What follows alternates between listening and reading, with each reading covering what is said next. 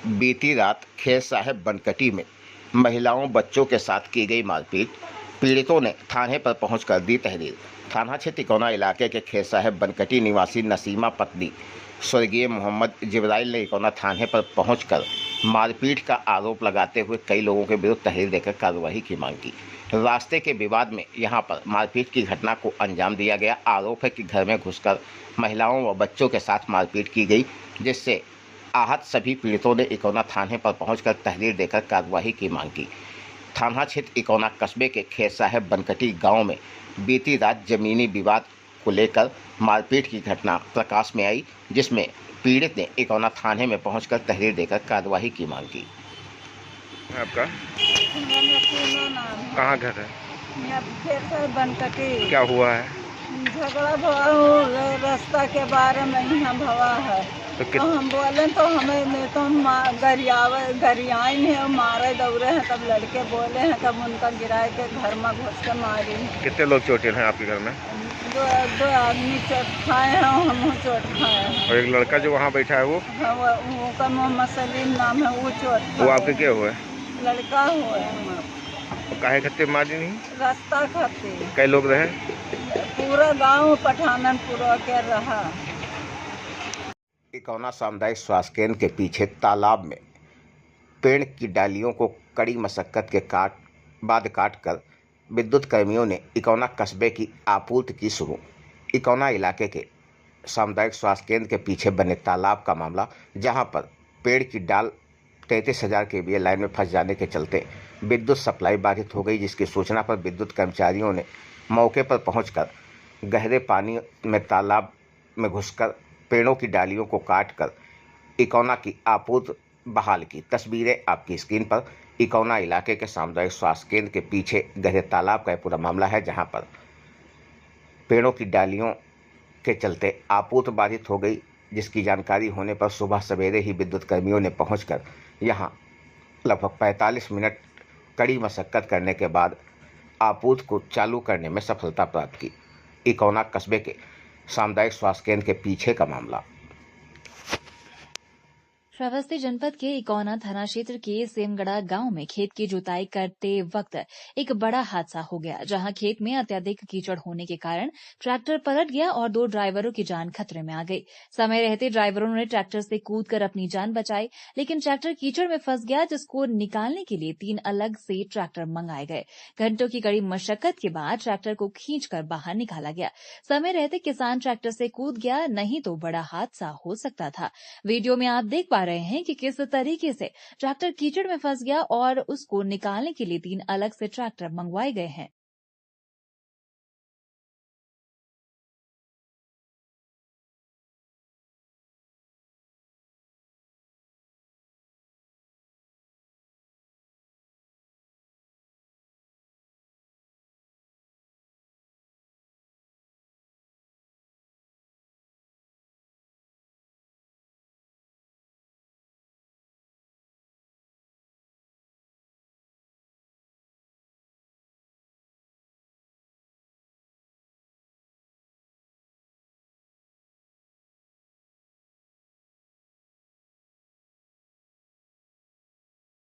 इकोना थाना क्षेत्र का एक बुजुर्ग परेशान नहीं हो रही लड़की की बरामदगी।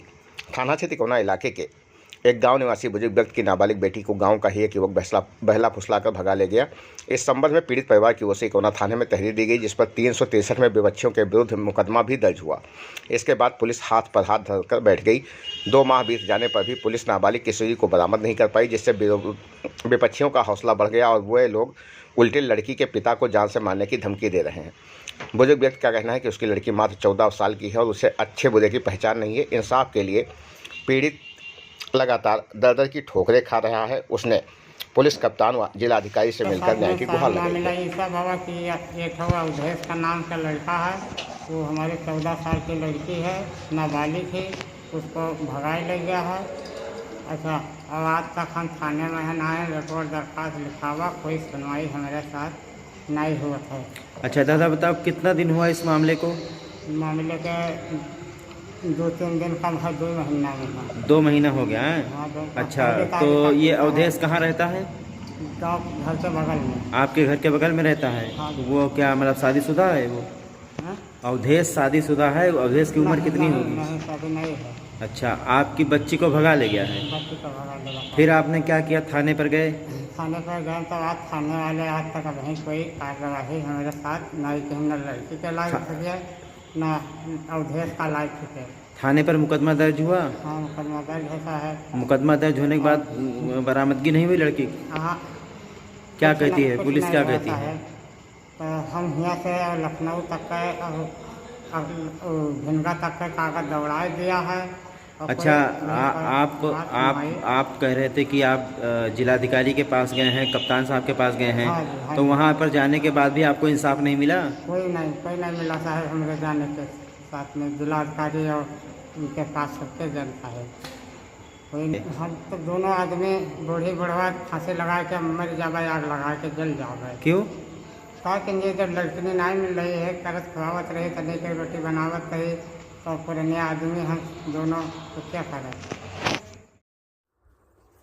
इकोना थाना क्षेत्र के आंधरपुरवा से लालपुर खदरा जाने वाले राप्ती नदी के बंधे में बरसात की वजह से दरार आ गई है, जिसके कारण आधा रास्ता कट गया है। अगर राप्ती नदी का जलस्तर बढ़ने लगा तो निश्चित तौर पर बंधा पूरे तरीके से कट जाएगा और कई गांव में बाढ़ आ जाएगी। बंधे से नजदीक आंधरपुरवा, लालपुर खदरा, भंबरी, भगवानपुर समेत दर्जनों गांव पड़ते हैं। ग्रामीणों ने मांग की है कि प्रशासन इसको संज्ञान में लेकर शीघ्र इसकी मरम्मत करवा दे, अन्यथा किसी दिन बड़ा हादसा हो सकता है।